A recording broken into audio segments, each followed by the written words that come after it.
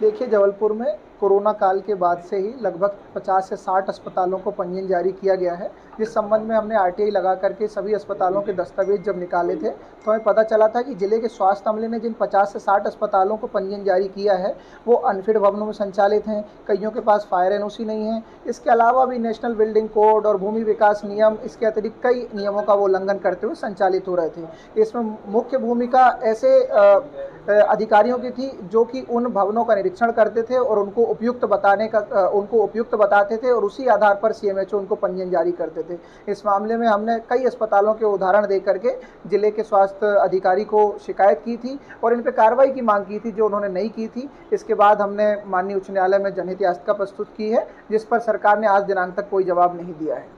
आज जिस अस्पताल में हादसा हुआ वो एक अनफिट भवन में संचालित था, हम ये कह सकते हैं? जी हाँ, वर्तमान अस्पताल जिसमें आज घटना घटित हुई है, उसके द्वारा जो लेआउट लगाया गया था, एक अस्पताल का पंजीयन प्राप्त करने के लिए आवश्यक एक दस्तावेज होता है, बिल्डिंग कंप्लीशन सर्टिफिकेट और स्वीकृत लेआउट। इस अस्पताल द्वारा उस दो दस्तावेजों के स्थान पर एक प्राइवेट लेआउट लगाया गया था, जिसकी वैधानिक कोई वैधता नहीं थी। अगर हम उसको भी देखें तो उस लेआउट में ये साफ दिखाई देता है कि इस अस्पताल के अंदर जाने और बाहर आने का सिर्फ इकलौता एक ही मार्ग था, जिसका कभी भी किसी भी घटना के समय इसमें से बाहर आना दूसरे मार्ग से संभव नहीं था। अतः ये एक प्रकार से अनफिट भवन था। इसके अतिरिक्त इस भवन के आसपास 3.6 मीटर खुला क्षेत्र 3 दिशाओं में होना चाहिए, जिसमें आगजनी की स्थिति में फायर फाइटर आसपास घूम करके आग को बुझा सके, लेकिन उस भवन में वो भी नियम का पालन नहीं हो रहा था। इस प्रकार कहा जा सकता है कि अनफिट भवन में अस्पताल चलाने के लिए पंजीयन जारी किया गया था।